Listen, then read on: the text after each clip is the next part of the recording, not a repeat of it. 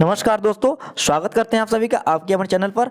दोस्तों, सीटेट 2024 14 दिसंबर paper first सफलतापूर्वक संपन्न हो चुका है। इस वीडियो में हम लोग आइए देखते हैं कि पेपर वन में किस तरह के क्वेश्चन पूछे गए थे। तो आप पहले मैथ्स पेडागोजी सॉल्व करेंगे। पहला क्वेश्चन पूछा गया था, प्राथमिक कक्षाओं में बच्चे गणित में क्या सीखते हैं, इसके आकलन का क्या ध्यान जो है किस पर नहीं होना चाहिए। देखिए, पहला है गणितीय अवधारणाओं को समझना। तो देखिए, इस पर ध्यान देना चाहिए, जरूरी है। गणितीय भाषा का विकास, इस पर ध्यान देना जरूरी है। गणित की समस्याओं का जवाब देने में सटीकता, इस पर देखिए ध्यान स्टार्टिंग में प्राथमिक कक्षाओं में नहीं देना चाहिए, क्योंकि अगर ऐसे ध्यान देंगे तो बच्चे जो है जवाब देने में कतराएंगे। तो ऑप्शन नंबर तीसरा इसका करेक्ट हो जाएगा। इस पर ध्यान प्राथमिक कक्षाओं में नहीं देना चाहिए। दूसरा क्वेश्चन देखिए, प्राथमिक कक्षाओं में एक गणितीय अवधारणा के विकास में निर्देशों का अनुक्रम किस प्रकार किया जाना चाहिए। ठीक है, चित्र बनाना लिखा है, प्रतीकात्मक प्रतिनिधित्व का उपयोग करना, अनुभव प्रदान करना, भाषा के माध्यम से समझाना। तो सही आंसर होगा 32 का दूसरा वाला हो जाएगा। देखिए क्रम, देखिए पहले तीसरा वाला क्रम आएगा, पहला एक क्रम आएगा, तीसरा पहले अनुभव प्रदान करना, फिर भाषा के माध्यम से समझाना, उसके बाद चित्र बनाना, उसके बाद प्रतीकात्मक प्रतिनिधित्व का उपयोग करना, चौथा ये क्रम हो जाएगा। तो इसमें बेसिकली क्या है, ELPS मेथड का उपयोग करना है, एक्सपीरियंस, लैंग्वेज, पिक्चर और सिंबल। ये जो है, ये वाला मेथड आपने पढ़ा होगा BTC और BED में, तो ये बिल्कुल करेक्ट हो जाएगा, ELPS मेथड। अगला क्वेश्चन पूछा गया था, देखिए बच्चे ने एक नीचे दिखाए गए अनुसार दो संख्याएं घटाई, 83 में से घटा रहा है 27 को, तो इसका आंसर कितना आ रहा है, 64 आ रहा है। देखिए, तो निम्नलिखित में से कौन सा कथन बच्चे के घटाव सीखने का बोध कराता है। तो सही आंसर पहला हो जाएगा, बच्चे को घटाव की प्रक्रिया में स्थानीय मान के बारे में गलत धारणाएं हैं।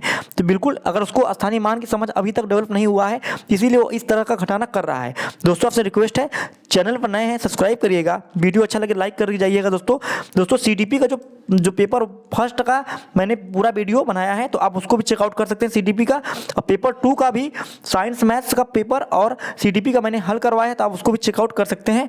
आगे देखते हैं अगला क्वेश्चन, अधिगम और आकलन के चक्र के निम्नलिखित चरणों को क्रम में व्यवस्थित कीजिए। तो क्रम से लगाना है, तो आप चारों को रीड करेंगे, अच्छे से पढ़ लीजिएगा। तो सही आंसर निकल जो आएगा, देखिए पहले आएगा सेकंड वाला, शिक्षण अधिगम और आकलन की योजना बनाना, उसका संगठन। उसके बाद आएगा शिक्षण अधिगम के साथ एकीकृत आकलन, उसके बाद आएगा प्रगति रिपोर्ट का विकास, उसके बाद है बच्चों के अधिगम और प्रगति की प्रतिपुष्टि की रिपोर्टिंग और उसका संचार।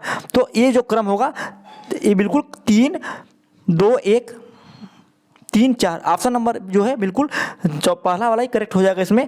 नेक्स्ट देखते हैं क्वेश्चन पूछा गया था, रोमन अंकों का उपयोग आमतौर पर हिंदू अरबी अंकों जैसी संख्याओं के लेखन में क्यों नहीं किया जाता है। देखिए, तो सही आंसर क्या होगा, रोमन अंक स्थानीय मान का नियोजन नहीं करते हैं, इसलिए इनके जो अंकों का उपयोग करके गणना करना मुश्किल है, जो कि बिल्कुल करेक्ट बात है। तो ऑप्शन नंबर पहला बिल्कुल करेक्ट हो जाएगा। ठीक है, नेक्स्ट क्वेश्चन देखते हैं, एक शिक्षक अपनी कक्षा में बच्चों को उनके परिवेश में मौजूद वस्तुओं के भौतिक गुणों को अपने शब्दों में समझाने के लिए प्रोत्साहित करता है। ठीक है, अपने छात्रों के साथ ऐसी गतिविधि करने के पीछे शिक्षक का जो सबसे उचित उद्देश्य क्या था। तो चारों ऑप्शन को जब रीड करेंगे तो पाएंगे कि जो तीसरा ऑप्शन निकल के आ रहा है, यह बच्चे को अनौपचारिक रूप से किसी वस्तु के भौतिक गुणों का निरीक्षण करने का अवसर देता है, जो आकारों के बारे में उनकी समझ को गहन बनाता है। जो तीसरा जो है आंसर ऑप्शन जो है बिल्कुल करेक्ट हो जाएगा इसमें। नेक्स्ट क्वेश्चन देखिए, अशिक्षित दुकानदार द्वारा उपयोग किए जाने वाले गणित कक्षा में किस तरह के उपयोगी हैं। तो आपको बताना है कि अशिक्षित दुकानदार जो हैं, तो आपने देखा होगा अपने घरों के आसपास जो दुकानदार होते हैं वे अनौपचारिक गणित का उपयोग करते हैं। तो दोस्तों, जो ये 37 जो है करेक्ट आंसर होगा कि जो उनके गणित होते हैं संबंधित समस्याओं को हल करने में वैकल्पिक रणनीति के रूप में कक्षाओं में शिक्षकों द्वारा चर्चा की जानी चाहिए, जो कि बिल्कुल करेक्ट बात है। ऑप्शन 4 इसमें सही हो जाएगा। अगला क्वेश्चन देखिए, एक शिक्षक को गणित की कक्षा में बच्चों के एक विषम समूह को कैसे संभालना चाहिए। विषम समूह को याद रखिएगा, पूछ रहा है, मतलब कि विभिन्न प्रकार के समूह को किस तरह संभालना चाहिए। सही आंसर क्या होगा, 38 का हो जाएगा तीसरा वाला, अलग अलग समूह क्षमताओं वाले बच्चों को एक साथ समूहित रखकर, ताकि वे एक दूसरे से सीख सकें। बिल्कुल करेक्ट बात है। जब मंद बुद्धि को तेज बच्चों के साथ या किसी भी तरह से विभिन्न प्रकार के बच्चों को एक साथ रखेंगे, तो वे क्या है, आपस में सीखने का प्रयास सीखेंगे। नेक्स्ट क्वेश्चन देखिए, गणित में सीखने के प्रतिफल इसलिए विकसित किए गए ताकि इसमें क्या सही आंसर होगा, इसलिए विकसित किए गए दोस्तों ताकि बच्चों द्वारा हासिल की जाने वाली कक्षावार दक्षता और कौशल को परिभाषित किया जाए। ऑप्शन नंबर तीसरा इसमें करेक्ट हो जाएगा। नेक्स्ट क्वेश्चन देखते हैं, निम्नलिखित में से कक्षा में हो रहा कौन सा कार्य एक गतिविधि है।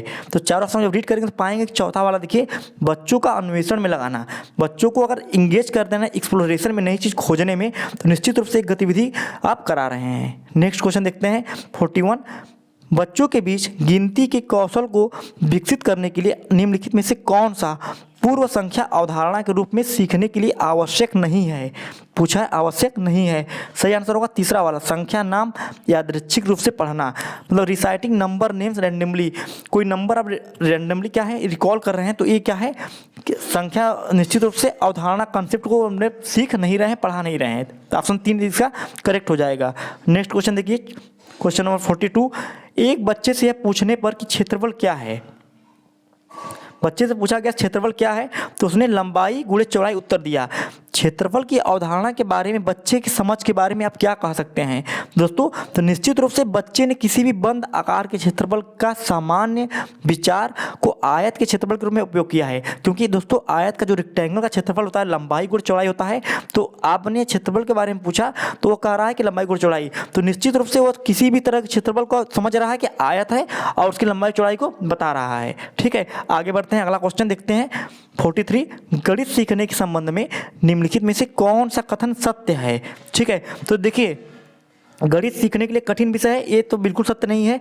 आमतौर पर लड़कियां गणित में कमजोर होती हैं, जेंडर बायस्ड क्वेश्चन है। हर कोई गणित सीख सकता है, जो कि बिल्कुल करेक्ट बात है और सही बात है, हर व्यक्ति गणित सीख सकता है। नेक्स्ट क्वेश्चन देखते हैं 44, पाइथागोरस प्रमेय को सिखाने के लिए एक शिक्षक ने एक शीट वितरित की जिस पर समकोण वाले 4 त्रिभुजों को खींचा गया था और बच्चे को त्रिभुज की भुजाओं के बीच संबंध खोजने को कहा जाता है। उपयुक्त परिस्थिति में शिक्षक ने क्या प्रयोग किया। तो दोस्तों इस तरह का जो विधि होती है इसको कहते हैं आगमन विधि। आगमन विधि इसको कहते हैं। सही आंसर क्या होगा, आगमन विधि होगा। पहले क्या है, पाइथागोरस प्रमेय को आपको बता दे रहा है, उसके बाद उसका एक प्रकार से उसको समझा रहा है। पहले परिभाषा, उसके बाद एग्जाम्पल के माध्यम से समझा रहा है, तो ये कौन सी विधि होगी, आगमन विधि होगी। नेक्स्ट क्वेश्चन देखते हैं, निम्नलिखित में से कौन सा कथन संकल्पना मानचित्र के बारे में सत्य नहीं है। देखिए, not true about concept maps. सही आंसर होगा दूसरा वाला, संकल्पना मानचित्र केवल शिक्षकों द्वारा बनाया जाना चाहिए। ऑप्शन नंबर सेकंड जो है गलत है, वो किसी के द्वारा भी बनाया जा सकता है, तो ये आंसर क्या है, गलत हो जाएगा। आगे देखते हैं अगले क्वेश्चन की तरफ। अगला क्वेश्चन देखिए, दिए गए आकारों के लिए निम्नलिखित में से कौन सा कथन ठीक नहीं है। आपको 4 आकार दिए हुए हैं, सामने दिख रहे हैं, इसमें बताना है कि कौन सा कथन इसमें ठीक नहीं है, करेक्ट नहीं है। पहला है सभी समांतर चतुर्भुज हैं, तो कहीं ना कहीं सभी क्या हैं, पैरेललोग्राम के ही प्रकार हैं, तो ये तो करेक्ट है। दूसरा देखिए 47 कह रहा है इनमें से एक समांतर चतुर्भुज नहीं है, बिल्कुल गलत बात है। इनमें सभी क्या है, समांतर चतुर्भुज हैं, ठीक है, उन्हीं के प्रकार हैं, तो सभी पैरेललोग्राम ही हैं, उसके अलग अलग प्रकार हैं, कोई आयत है, कोई कुछ है। तो ऑप्शन नंबर सेकंड जो है इसमें करेक्ट नहीं है। बाकी इनमें 2 समचतुर्भुज हैं, आपको दिख रहा है 2 क्या है, समचतुर्भुज हैं, ठीक है, जिसकी चारों भुजाएं क्या है, समान होती हैं और क्या है, विकर्ण जो है अलग अलग होते हैं। इनमें 2 आयत आपको दिख रहा होगा, तो ऑप्शन नंबर सेकंड इसमें करेक्ट हो जाएगा। आगे बढ़ते हैं, निम्नलिखित में से कौन सा 11,1111 संख्या का प्रतिनिधित्व करता है। देखिए पहले 11,000 लिख लीजिए, उसके बाद 1100 लिख लीजिए, उसके बाद 11 लिख लीजिए, सभी को ऐड कर दीजिए तो आंसर आएगा 12,111, जोड़ दीजिए तो आएगा 12,111, जो कि करेक्ट आंसर होगा सेकेंड वाला। नेक्स्ट क्वेश्चन देखिए, बिंदु ए और बिंदु बी नीचे दिए गई नंबर रेखा पर संख्या का प्रतिनिधित्व करते हैं। देखिए 25 से 39 के बीच, 1000 के बीच में आप देख लीजिए कितना है, तो 14,000 आ रहा है, 25 और 14। अब देखिए कितना गैप हो रहा है, 1 2 3 4 5 6 7, 7 गैप हो रहा था, एक खाने के बीच में 2000 का गैप है, ठीक है। तो ए और बीच की दूरी बताना है, तो ए और बीच की दूरी कितनी है उसको काउंट कर लीजिएगा, काफ़ी इजी क्वेश्चन है। सही आंसर होगा 22,000 इकाइयाँ, ठीक है। तो 11 खाने हैं, तो 11 × 2 बराबर 22,000 इकाइयाँ, करेक्ट आंसर आएगा option number D. Next question देखिए, 3 सही 1/4 किलोग्राम चीनी से 1/16 किलोग्राम चीनी के कितने पैकेट बनाए जा सकते हैं। तो आपको कुछ नहीं करना है, 3 सही 1/4 बटे के 1/16 से भाग दे देंगे। पहले इसको कन्वर्ट कर लेंगे फ्रैक्शन में, 3 चौके 12, 13/4 भागे 1/16। तो जब भाग अगर जब गुणा का रूप में परिवर्तन होगा तो ये हो जाएगा 16 ऊपर चला जाएगा, एक नीचे चला आएगा, 4 चौके 16, 13 चौके 52। तो कितने पैकेट बनाए जाएंगे? 52 पैकेट बनाए जा सकते हैं। अगला क्वेश्चन देखेंगे 51। हरीश ने 18:40 बजे अपनी यात्रा शुरू की और 22:20 पर समाप्त कर दी। यात्रा पूरा करने में कितना समय लगा? तो काफ़ी इजी क्वेश्चन है। देखिए 18:40 का मतलब है 18:40, 12 18, तब 20 मिनट के बाद कितना हो जाएगा? 20 मिनट के बाद हो जाएगा 19 बज जाएगा। तो 20 मिनट यहाँ नोट कर लेंगे और 19 में 3 घंटा और 3 घंटा बाद 3 घंटा 20 मिनट और यात्रा करेगा। तो 3 घंटा टोटल 40 मिनट समय लगा। ऑप्शन नंबर 1 करेक्ट हो जाएगा इसमें। नेक्स्ट क्वेश्चन देखेंगे 200 ml और 300 ml माप वाले बर्तनों का उपयोग कर 2000 ml आयतन की एक बाल्टी को भरना है। 200 ml और 300 ml के बर्तनों द्वारा क्रमशः बाल्टी भरने के लिए कितने निम्नलिखित में से कौन सा संयोजन सही नहीं है? याद रखेंगे। देखिए क्वेश्चन 52, इसमें दोस्तों देखिए चौथा वाला 6 और 3, बाकी देखिए 1 6 4 4 7 2। देखिए एक वाला क्या है 200 ml है और 300 वाला 600 ml है। जब इसको तीनों को करके देखेंगे ऊपर वाला, तो इससे क्या होगा 2000 ml पूरी तरह से बाल्टी क्या है संयोजन भर जाएगी। लेकिन जब ऑप्शन आप 4 देंगे 6 और 3 करके देख लीजिए, 2 छके 1200 पहले से बाहर तो भरेगा और 3 3 के 9, 12 9 2100, तो ये हो जाएगा 2100 ml, मतलब ज़्यादा हो गया। तो ये पूरी तरह से विभाजित नहीं होगा, बाल्टी नहीं भर पाएगी, बाल्टी से ज़्यादा हो जाएगा। ठीक है, तो ऑप्शन नंबर 4 इसमें करेक्ट हो जाएगा, ये सही संयोजन नहीं है। आगे बढ़ते हैं। निम्नलिखित में से देखिए का सबसे अच्छा अनुमान कौन सा है? इसमें देखिए बेस्ट अप्रोक्सीमेशन निकालना है, ठीक है, पास वाला निकालना है। तो देखिए इसमें थोड़ा सा मिसप्रिंट किया हुआ है, इसको लिखना चाहिए था 713.85, या इसको नीचे लिखना था दशमलव, यहाँ थोड़ा मिस्टेक हो गया है 9.09। ठीक है, तो ये है, तो इसका सही आंसर क्या होगा? 0.85 जो है कन्वर्ट हो जाएगा, तो ये हो जाएगा 714 हो जाएगा, और ये नीचे हो जाएगा 9.09 को 9 हो जाएगा। तो ऑप्शन नंबर 2 इसमें करेक्ट हो जाएगा। अगला क्वेश्चन देखते हैं। देखिए यदि ग्रिड में एक छोटा सा 4 वर्ग इकाई का है, यदि ग्रिड में एक छोटा जो है वर्ग जो है, जो ए वाला देखिए जहाँ मैं टिक कर रहा हूँ, ए वाला पहला वर्ग जो है 4 वर्ग इकाई का है छोटा वाला, तो आयत का पूरे परिमाप बताना है, इसका पूरा परिमाप आपको बताना है। तो देखिए अगर 4 वर्ग इकाई क्षेत्रफल है, इसका मतलब क्या है परिमाप अगर कितना है, सॉरी एरिया है, तो इसका जो साइड कितना होगा 2 होगा, तो इसकी जो चौड़ाई कितनी होगी 2 2 4 हो जाएगी, और लंबाई की बात करें तो 8 हो जाएगी। तो परिमाप निकल के आ जाएगा 8 4 12 दूनी के 24, 2 + L + B होता है, जानते हैं आप लोग। ठीक है, तो आ जाएगा ऑप्शन नंबर 3 बिल्कुल करेक्ट हो जाएगा। नेक्स्ट क्वेश्चन देखिए 15 नंबर। एक बच्चे ने 5 विषयों में प्रत्येक में 75 अंक प्राप्त किए, बच्चे द्वारा प्राप्त अंकों की माध्यिका क्या होगी? देखिए 5 विषय हैं, तो पांचों विषय में देखिए इसमें अरेंज करने की जरूरत इसलिए नहीं पड़ेगी, ना आरोही क्रम में ना अवरोही क्रम में, क्योंकि ये क्या है सेम, सब कुछ सेम है। तो देखिए इसका जो बीच वाला जो है वही मीडियन है, माध्यिका होगी। ऑप्शन नंबर पहला बिल्कुल करेक्ट हो जाएगा, 75 इसकी माध्यिका होगी। नेक्स्ट क्वेश्चन देखिए, दिए गए ठोस को निम्न में से किसको मोड़कर बनाया जा सकता है? तो आपको फाइंड आउट करना है ए वाला, तो आप इसको जो है ऑप्शन नंबर 4 को मोड़कर इसको प्राप्त जो है कर सकते हैं। ठीक है, नेक्स्ट देखेंगे 57 नंबर। यदि निम्नांकित पाई चार्ट में लाल भाग जो है 40 है, तो सफ़ेद भाग कितना होगा? देखिए 1/2 को दर्शा रहा है 40, तो मतलब टोटल कितना होगा 80 होगा, 40 दूनी के 80, तो टोटल के जो पूरा पार्ट होगा 80।